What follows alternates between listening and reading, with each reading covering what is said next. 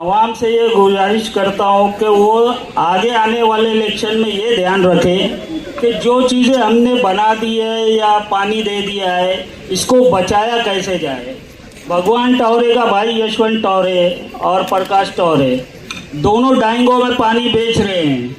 अगर कल ये चुन के आएंगे तो ये भी आपका आने वाला पानी बंद हो जाएगा। ये डाइंगों में पानी बेचने का कारोबार करते हैं। दूसरी बात जो अहम है वो उत्तर भारतीयों को ये अपने गुलाम समझते हैं, ये अपनी जूते की नोक पे रखते हैं। आप अगर चाहते हैं इनकी दादागिरी खत्म हो जाए तो इनको वोट मत दीजिए, ये मेरी अपील है आपसे। क्योंकि एक बाजू के वार्ड से 20 नंबर वार्ड से यशवंत टौरे के सामने एक उत्तर भारतीय पाल ने फॉर्म भरा है। अभी आने वाले पिछले हफ्ते में एक हफ्ता पहले उसको मार मार के FIR किया उसके ऊपर कि उसने फॉर्म क्यों भरा। आपको सर उठाकर अगर जीना है उत्तर भारतीयों को तो इन हरामखोरों को वोट मत देना। तो मैं मंच पर जितने भी लोग बैठे गए एक एक का नाम लेने जाऊंगा तो बहुत वक्त गुजर जाएगा। जितने भी लोग मंच पर बैठे गए उन सबको, और जितने सामाईन यहाँ पर सामने बैठे गए, और जितनी घरों में बैठ कर के मेरी माँ बहनें सुन रही गए, नौजवानों, साथियों, बुज़ुर्गों, अस्सलामु अलैकुम वरहमतुल्लाहि ताला वबरकातुहू।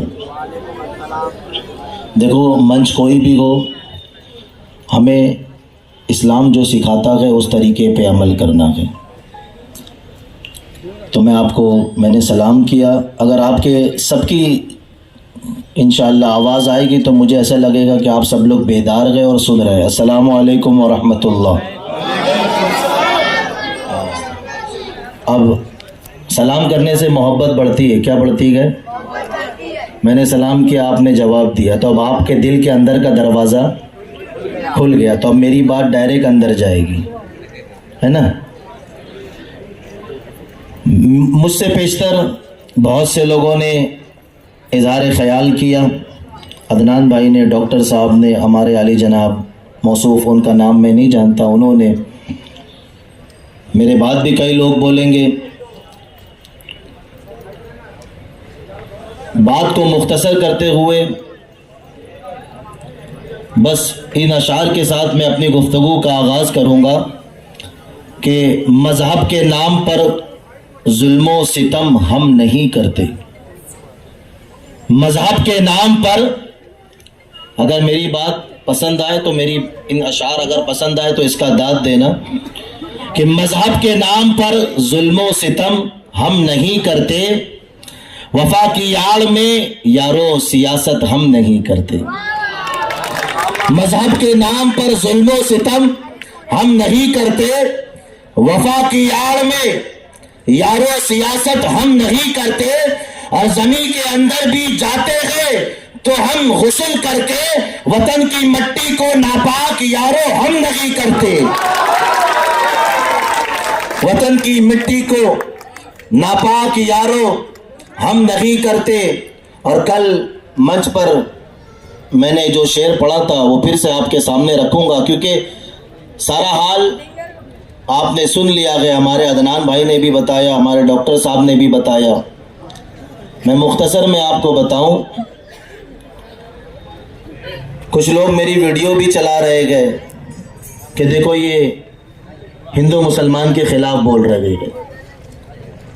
पर याद रखना, हम जितने यहाँ पर मुसलमान बैठे गए ना, हम सब जितना अपने मुसलमान भाई से मोहब्बत करते गए उतना अपने हिंदू भाई से भी मोहब्बत करते गए।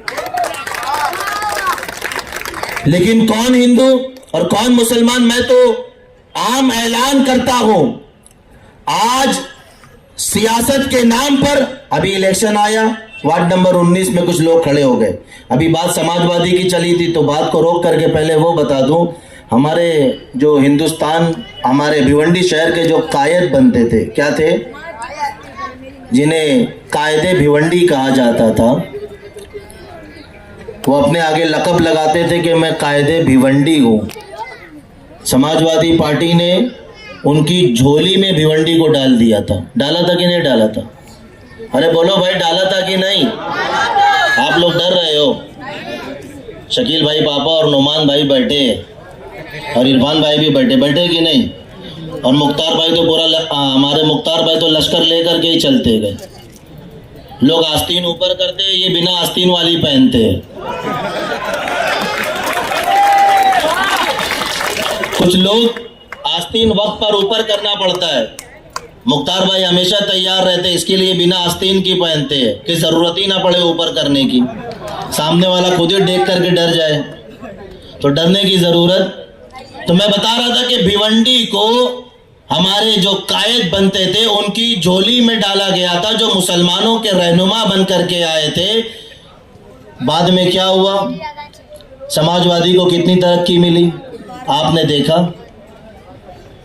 एक शख्स उनके सामने आया जिसे रईस शेख कहा जाता है ना, रईस शेख। कुछ देर तक उनके साथ मुलाकात रही, बातचीत रही, चलते रहे। मियाँ बीवी में मोहब्बत बहुत अच्छी थी, बहुत अच्छा जोड़ा चल रहा था। लेकिन अचानक क्या हो गया कि बात तलाक पर आ गई। अचानक क्या हो गया कि बात तलाक पर आ गई। क्यों? क्योंकि हमारे कायद साहब की झोली में भिवंडी को डाला था। उन्होंने ये समझा था कि पूरी भिवंडी मेरे बाप की जागीर है। मैं हमारे गांव वालों को, अब गांव वाले भी गांव वाले नहीं है, शहर वाले हो गए हैं। अब अगर कोई ये समझे कि ये गांव से आए और अलीबाग से आए, नहीं, अब उन्होंने भी शहर का पानी पिया गए। हमारे इरफान भाई ने जो यहाँ पर नल चालू किया गया, हमारे नोमान साहब ने और हमारे मुख्तार भाई ने, तो उन्होंने पानी पिया गए और देखा गया कि वार्ड में काम कौन करता है। तो आज समाजवादी के बारे में अगर कोई बात करे तो एक शख्स निकला था समाजवादी में थोड़ा तरक्की लाने के लिए, आज वो खुद कांग्रेस के मंच पर आकर के बैठ गया है। किधर बैठा गए? क्योंकि उनको पता चल गया कि वहां पर कोई फ्यूचर, वहां पर काम करने वालों को दबाया जाता है, वहां पर हुक्मरानी चलती है, मोहब्बत। तो ये जो लोग यहाँ पर बैठे गए, काम की बात देखो, एक बात बोलूं, मैं आपको ये बताऊंगा, ये रोटी, कपड़ा, मकान, पानी, ये सब अपनी जगह पर है। लेकिन कोई ये ना समझे कि मैं कोई हिंदू मुसलमान की बात कर रहा हूँ। लेकिन जो बात मैं आज आपको बताने जा रहा हूँ, अपना कान और अपना दिल का दरवाज़ा, सबने बोला है, और जो बात अब मैं आपको बताने जा रहा हूँ, अपना कान भी खुला रखना और अपने दिल का दरवाज़ा भी खुला रखना, और उसके बाद मेरी गुफ्तगू को सुनना। ये मत समझना कि ये सिर्फ एक तकरीर करने आए और चले गए। आज हिंदुस्तान में कौन सी कौम को टारगेट बनाया जा रहा है बताओ? ये बच्चा भी कह रहा है, कौन सा बेटा? सोचो, हमें तो अब तो होश के नाखून लगाने हैं।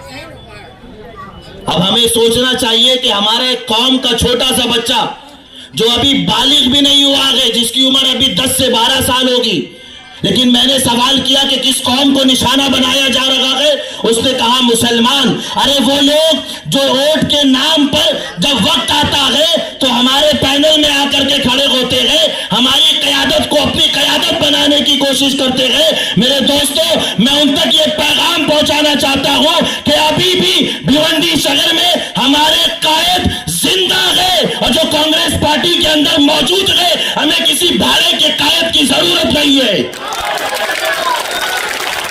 अगर कोई ये चाहता हो कि इलेक्शन से पहले वो हमारे मस्जिदों के ऊपर से, आपने सुना ना, अरे वो बंद हो गया तो क्या हुआ, आवाज तो आ रही है ना,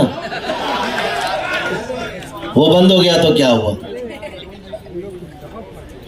मेरे दोस्तों, मस्जिदों से अभी बीच में चला था ना, आपने सुना था, मस्जिदों से भोंगा उतार दिया था।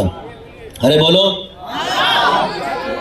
कौन कौन जानता है? हाथ उठाओ, हाथ उठाओ सब, आगे पीछे जितने बैठे गए सब लोग है ना। मस्जिदों से भोंगा उतार दिया था ना। अजान बंद करो, क्या करो? अजान बंद करो। मैं हिंदू भाइयों के खिलाफ नहीं हूँ, लेकिन एक शख्स जिसके बारे में मैं भी जानता हूँ, जो सबसे आगे आगे चढ़ करके अजान के खिलाफ बोल रहा था कि मस्जिदों से भोंगा उतारो, आप जानते हो ना उसका नाम? जानते हो ना? जोर से बोलो जरा, आप सब लोग बोलो। अरे आप लोग बोलो, पीछे वाले। अब बताओ, उस पैनल में अगर एक आदमी ऐसा है तो मैं कहता हूँ उनके साथ जो 3 मुसलमान हैं उनको शर्म नहीं आई कि हम किसके साथ खड़े गए? बताओ ना ज़रा, हमारा ज़मीर इतना मर गया है। मैं कहता हूँ हमारा सवाल रोटी कपड़ा मकान पानी नहीं है। अगर कल मस्जिदों पर जब आँच आएगी, अगर हम बटन दबा करके उनको जिताएंगे, अगर मस्जिदों से फिर से दोबारा माइक स्पीकर उतारे जाएंगे, अज़ानें बंद कराई जाएगी, मस्जिदों को ताला लगाया जाएगा, मदरसों को ताला लगाया जाएगा, तो उस वक्त क्या वो हमारे साथ खड़े रहेंगे या ये हमारे साथ खड़े रहेंगे? बताओ।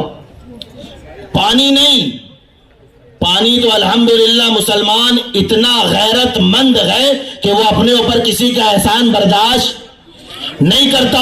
हम अपने तन मन धन जी जा सबकी कुर्बानी दे देंगे, लेकिन इस्लाम पर आँच आने, मैं आपको कहीं इमोशनल ब्लैकमेल करने नहीं आया हूं, लेकिन आपको हकीकत बताने आया हूं। मेरे दोस्तों याद रखना, इस बार आपको बटन दबाना है तो अल्लाह को गवाह रख के बटन दबाना है कि अल्लाह हम उसके खिलाफ बटन दबा रहे हैं जो आजान को बंद कराने निकला था। बटन दबाएंगे ना इंशाअल्लाह। कौन कौन सी तकरीर सुन के नहीं जाना है, जो जो बटन दबाएगा हाथ उठा करके कि हम वार्ड नंबर 19 में कांग्रेस का बटन दबाएंगे, दूसरा कोई बटन, और इतनी जोर से इतनी शिद्दत से बटन दबाना है कि आप बटन पोलिंग बूथ में दबाओगे और जो आवाज निकलती है टी और सिटी की वो उनके कानों में जाकर के टकराना चाहिए। इतनी जोर से बटन दबाना है। तो आज वादा करके जाओ कि इंशाअल्लाह जब यहां से जाएंगे फिर ऐसा ना हो। और आखिरी ये भी बात बता दूं, मैं फैक्ट बात करने का जो है बात वो बताऊंगा, फिर आखिरी वक्त पे इंतजार करते गए, फिर ऐसा ना हो कि जिसने पैसा दे दिया जा करके उसका बटन दबा दिए। ये तो नहीं होगा ना। अपना ज़मीर तो अपना वो तो नहीं, ईमान का सौदा तो नहीं करोगे ना। इतना सुनने के बाद अगर हम वो हाल करें तो फिर तो ये बेवकूफ़ी है। बहुत सी बातें हैं बोलने के लिए, लेकिन वक्त इजाज़त नहीं देता। मुख्तसर में शॉर्ट में अपनी गुफ्तगू को ख़त्म करने की कोशिश करूँगा। ख़ासकर जितने नौजवान हैं, ये तुम्हारी ज़िम्मेदारी है। अपने घर में अपनी बूढ़ी माँ को, अपनी बहन को, अपनी औरत को, अपनी बच्ची को अगर वो वोट डालने की उम्र है तो उसे ये बताना है कि बटन किसका दबाना है। सुबह में जब पोलिंग बूथ चालू हो जाए, ये नहीं कि हम 12-1 बजे तक 2 बजे तक बिस्तर पे सो रहे हैं और आराम कर रहे हैं, शाम के 5 बजे उठेंगे, जा करके नंबर लगाएंगे और फिर उसके बाद पता चला सीटी बज गई, बोले टाइम खत्म हो गया। ये नहीं होना चाहिए। हमारा जो वोट जो है 50% गिरता है। कितना परसेंट? 50% हमारे माशरे में, हमारे इलाके में वोट गिरता है। जरा सा चले जाओ दूसरे इलाके में, वो लोग सुबह 7 बजे उठते गए, ब्रश करते गए, नहाने के बाद सबसे पहले अपनी जिम्मेदारी, अपना हक अदा करते गए, वोट दबाते गए और उसके बाद काम पे निकल जाते गए। और हमारा मुसलमान 12 बजे तक, 2 बजे तक, 3 बजे तक इंतजार करता रहता है, सोचता रहता है कि वोट किसको डालूं। अरे वोट किसी को नहीं डालना है, बल्कि कांग्रेस का बटन दबाना है। इसलिए क्योंकि आज इस दौर में, इस बिगड़ते हालात में, अगर एक ऐसी पार्टी जो मुसलमान को निस्तो नाबूद करने के लिए निकली है, अगर उनके सामने और आरएसएस के सामने अगर कोई एक मर्द है जो खड़े होकर के आंखों से आंखें मिला करके बात कर रहा है, उसे दुनिया राहुल गांधी कहती है। और ये वही पार्टी है, कांग्रेस पार्टी है। ये कौन सी पार्टी है? कांग्रेस पार्टी है। लोग कहते हैं कांग्रेस पार्टी ने क्या किया है। मैं कहता हूं अगर तारीख उठा करके देखोगे तो उसके काम गिनाते गिनाते तुम्हारे बाल सर से उतर जाएंगे। सब कुछ कांग्रेस का किया हुआ है। आज ये लोग जो बातें करते गए कि हम आएंगे तरक्की ले आएंगे, हम आएंगे, ये बस ये आखिरी बात करके अपनी गुफ्तगू खत्म कर दूंगा। ये न जाने कब से 5 साल 10 साल से काउंसिलर है ना। देखो मैं जानता हूँ थोड़ी तकलीफ और थोड़ी नाराज़गी होगी, फैक्ट बात करूँगा, जो सच है वो बोलूँगा। थोड़ी तकलीफ और थोड़ी नाराज़गी होती है, लेकिन 5 उंगली बराबर होती है क्या? हमारी ज़िंदगी में कभी दुख भी आता है, कभी सुख भी आता है ना। तो आप लोग ये समझ रहे हो कि इतना आसान है काम करा देना।